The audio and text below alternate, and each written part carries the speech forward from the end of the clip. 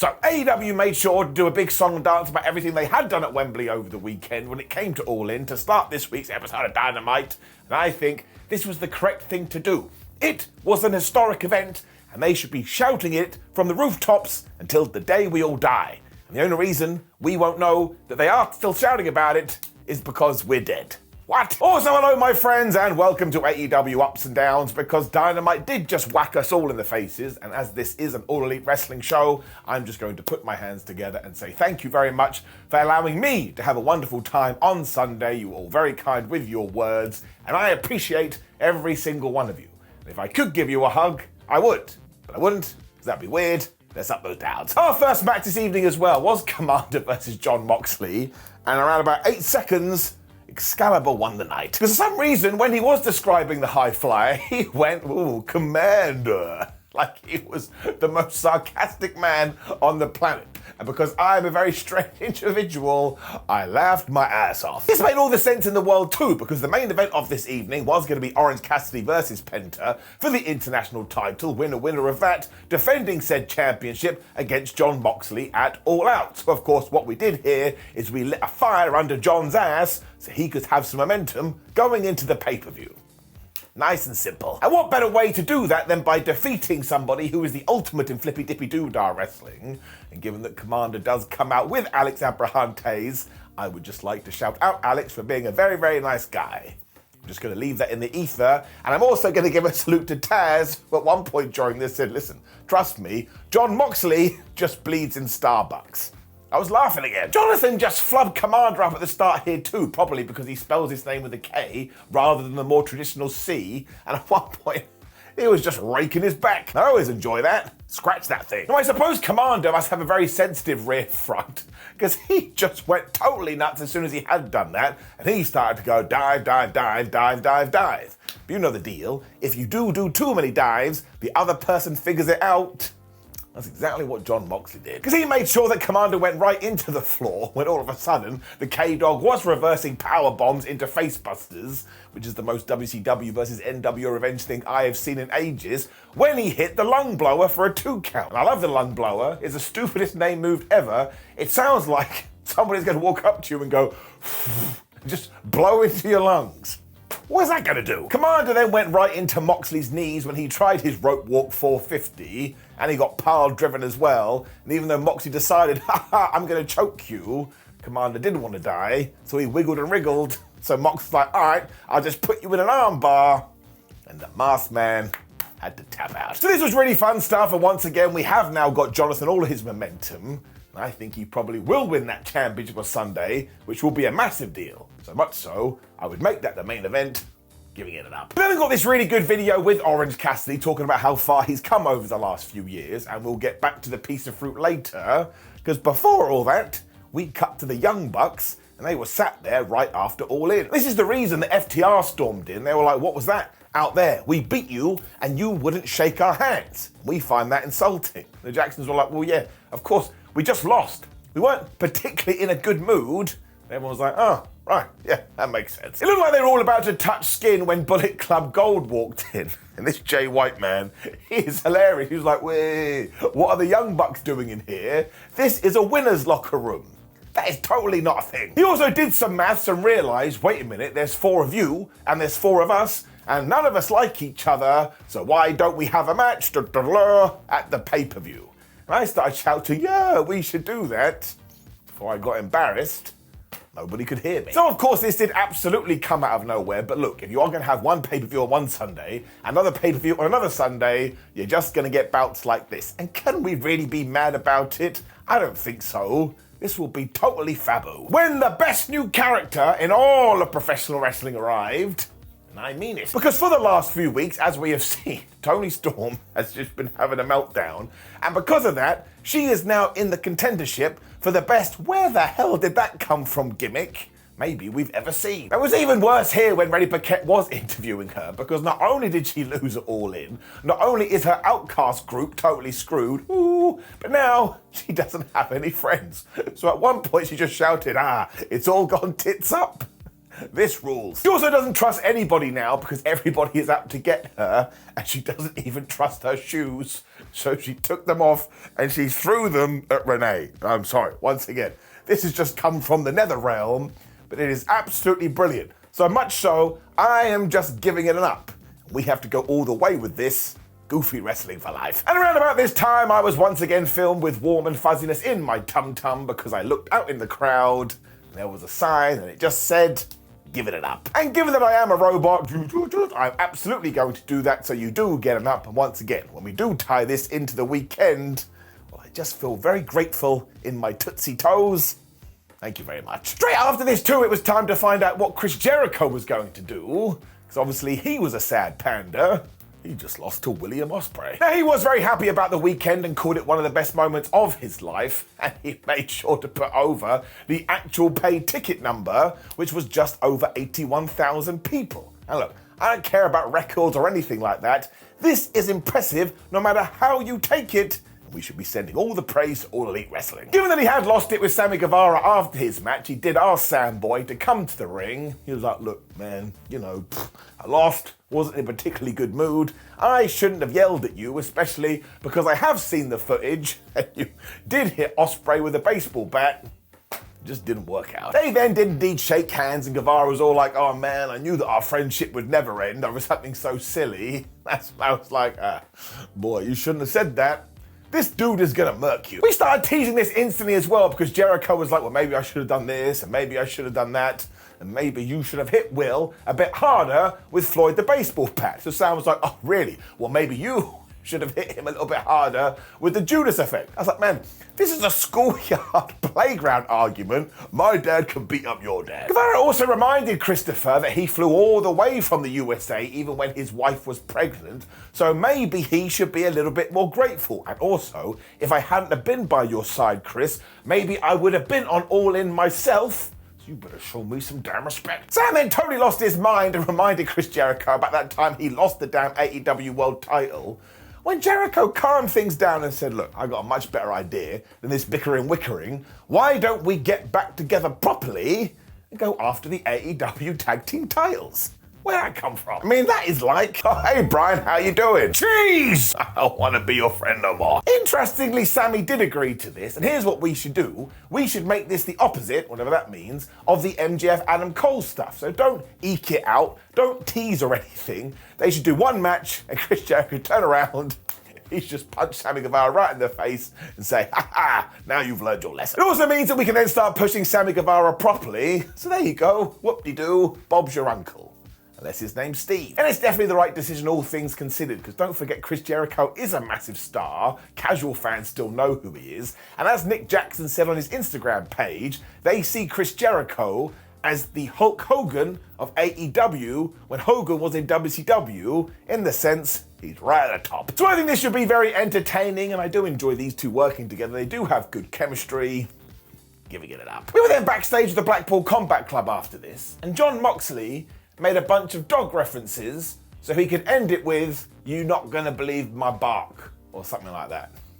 I don't know what's going on anymore. All of that is okay though, because right after this we did go to Wheeler Yuta versus Eddie Kingston for the NJPW Strong Openweight title, and they just whooped each other's butts. I do want to give another shout out to these two for just being super good human beings outside of the ring, although apparently if you say that about Eddie Kingston, you go onto his hit list, and you know the deal here. The bell went ding ding ding. He just tried to kill this guy. Well, actually, Wheels went up to him and slapped him right around the face. And because Kingston did have a bit of a wounded elbow from that stadium stampede, Yuta was like, ha ha ha, I now know your weak spot, and I'm gonna focus on it. I mean, he did have him grounded at one point, until Kingston was done with this. He was like, man, I don't want to be in any more pain. So he stood up, and he slammed him in the jaw. He then fired up with all the chops and hit an exploder. So Wheeler Yuta then hit a German suplex. So Eddie Kingston was like, well, any suplex you can do, I can do better. And he hit him with a suplex.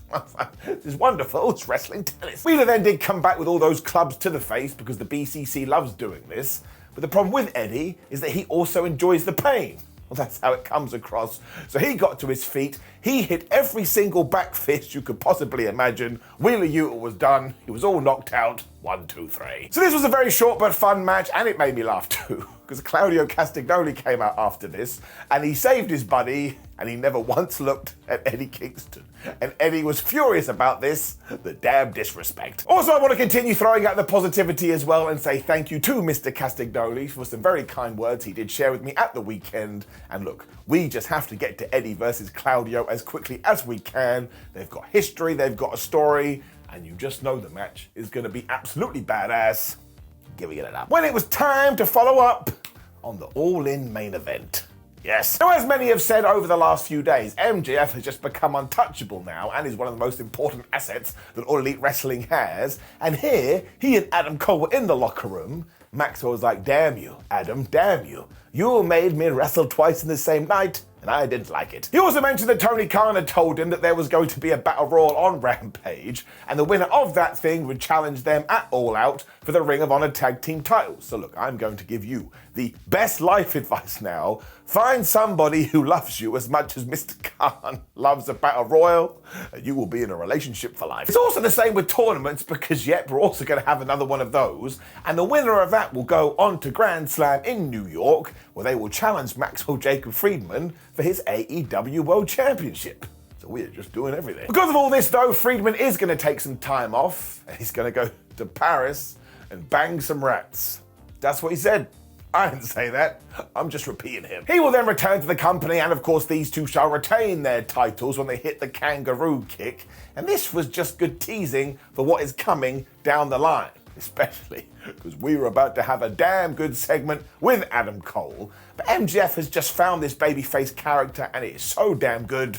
I'm giving it up. When we did get some more teasing, right in the armpit. Because Reddy was indeed talking to Sammy Guevara, who was getting very excited about his future, when Don Callis walked in.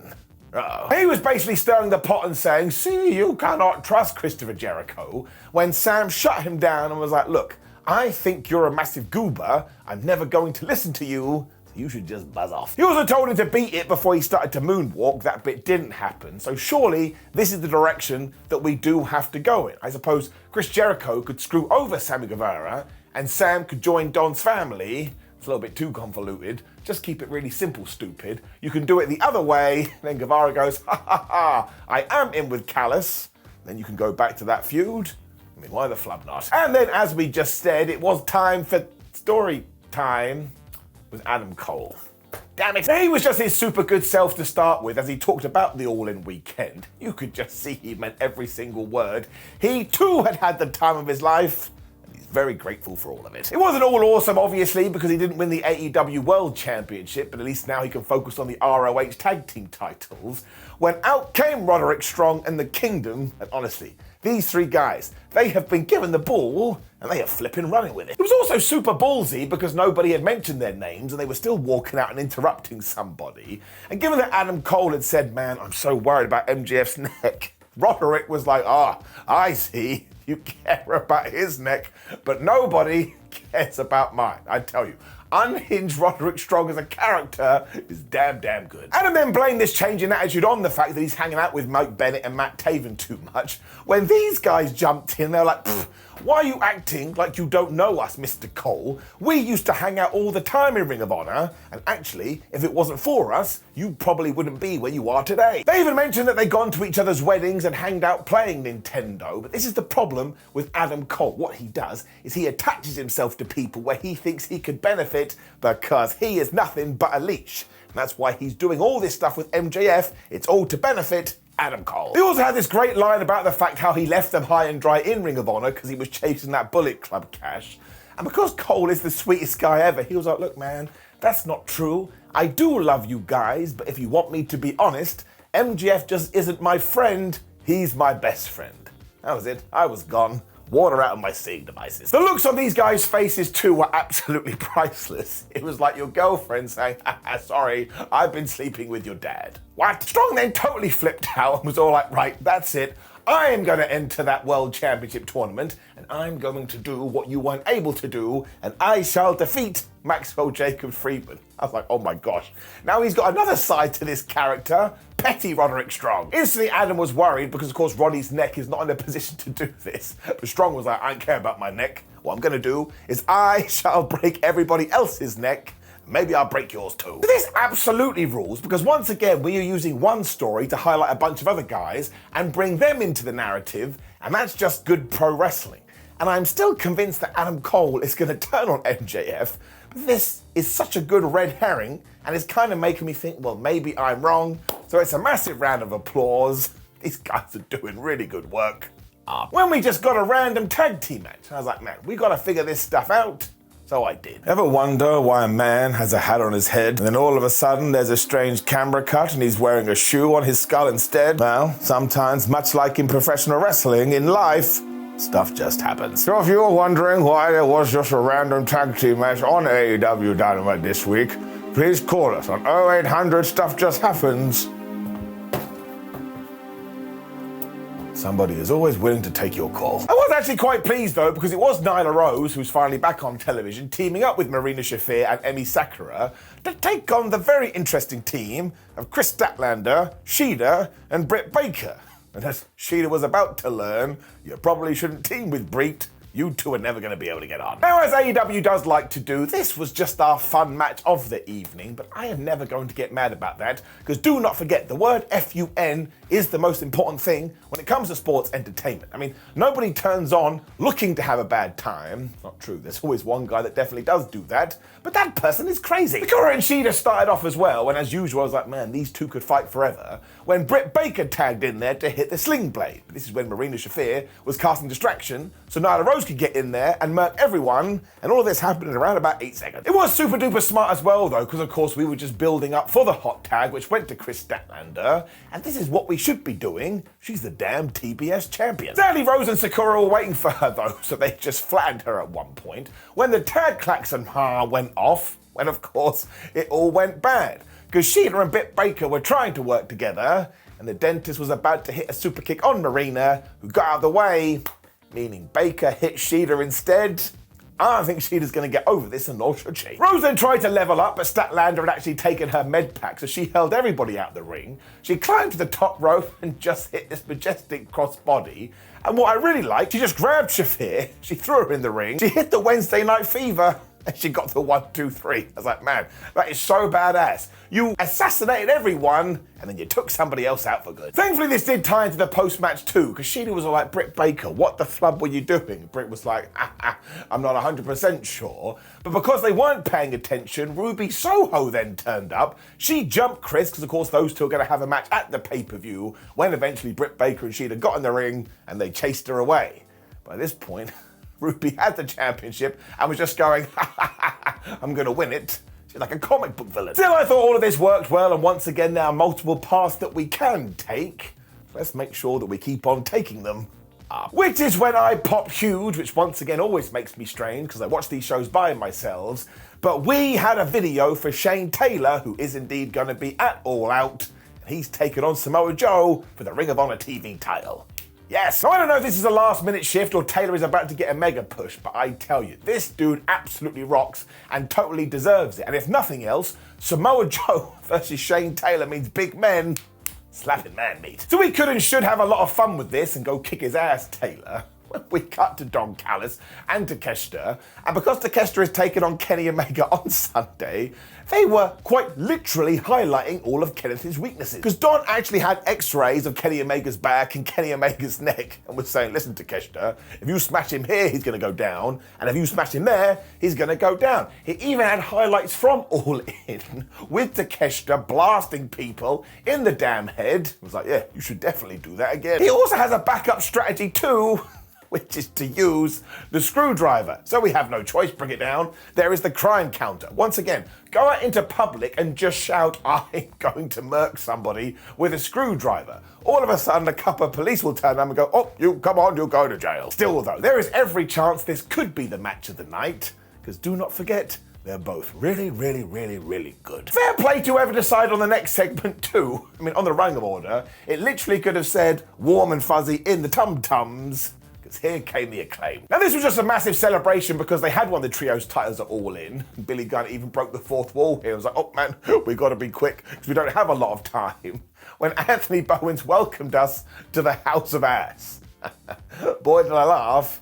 And I said, man, we better not let any kids in here. It was just a feel-good moment though and made you love these guys even more, especially when they showed off their brand new Trios Championships. Now, not only are they a wonderful shade of pink, but when it comes to the back of them, they can actually scissor. I don't know who came up with that idea, but somebody give them a medal. They're also going to defend these championships on this week's episode of Collision when they just had a big old scissor party. So riddle me this, my friends. Who the hell doesn't love the Acclaim? Because sometimes you do just want to have good times, and I shall continue my secret shout-outs here and just say Anthony Bowens. What a lovely dude he is. But yeah, this just made me go, oh, you guys are super duper great. Giving it up. Which did indeed bring us to our main event, Orange Cassidy versus Penta for the international title. What a damn roller coaster. I mean, you've already got the story here because Penta knows that the piece of fruit is in trouble after all his defenses, so he was just like, I'm going to break you into a million pieces. Although early on, Orange did use his pocket power, he was doing all right. The issue, though, ties back to what we said earlier, because he went for a dive at one point, and Penta grabbed him, just hurled him into Barry Barricade. I was like, man, that looked like it sucked. Now, as we know, very sadly, we did hit 100 assaults for Barry, so he has gone to the Great Guardrail in the sky, and in a week or so, we will do his big send-off. And look, you trust me, Simon Miller.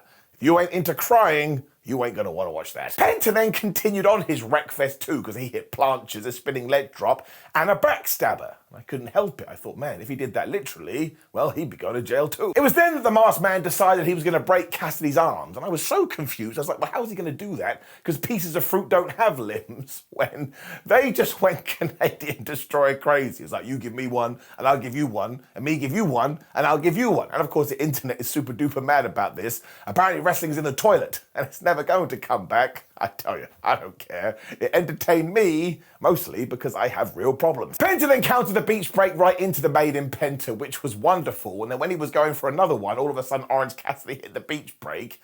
But I think we kind of pissed Penta off here, because he went and did the Fear Factor on the ring apron. And I tell you, the reason I'm covering my eyes right now is because this is how I watched it, like it was some kind of horror film. This looked absolutely horrendous. It also led to an amazing near fall because the ref went 1 and the ref went 2. And just as he was about to hit 3, Orange grabbed the bottom rope. And I'm sorry, that was it. I was like, he's a hero. Somebody give him Lois Lane. We also then made it clear that Penta was continually going after Orange Cassidy's arm, and he did the break spot.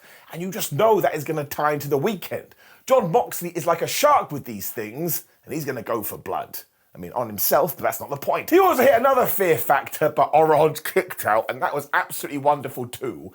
And Penta was so stunned by this, Orange Cassidy realised, wait a minute, I know what I can do, and he hit the most devastating move in all of sports entertainment, and he got the 3. And I tell you, I love that he has made the surprise roll-up like his special manoeuvre, because it makes all the sense in the world. Bring down the counter, goes up by 1. Just to really show that we may be about to go fruit crazy as 2, Orange Cassidy asked for a microphone after this.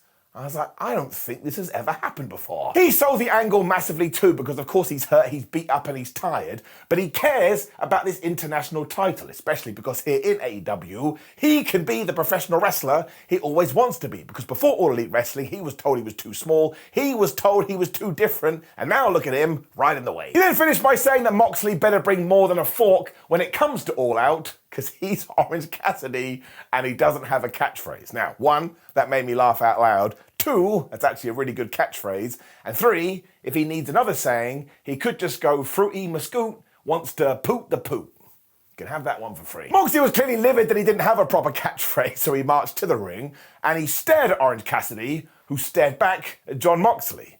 As we know, when you do that in professional wrestling, things are about to get serious. All of this was brilliant though, and if Cassidy does lose on Sunday, we should use that as a stepping off platform to move him up into the tippity top tier. I made a video in 2019 where I said that one day Orange Cassidy should be the AEW World Champion, and I'm standing by it right now. It doesn't have to be 2023, it should probably be 2024, but this guy is what wrestling is all about. He is one of AEW's MVPs. I love him. This is absolutely getting it up. Which did indeed bring us to the end of Dynamite. And yes, something that people have been asking me on the internet is, Simon, I don't think the build to All Out is very good, and I don't like the match card. Now, here's the thing. I suppose we could give that a down, but I need to see this pay-per-view first. We do not know what is going to happen. I do admit it doesn't feel as exciting as All Outs have done in the past, but there's still some absolute bangers on there.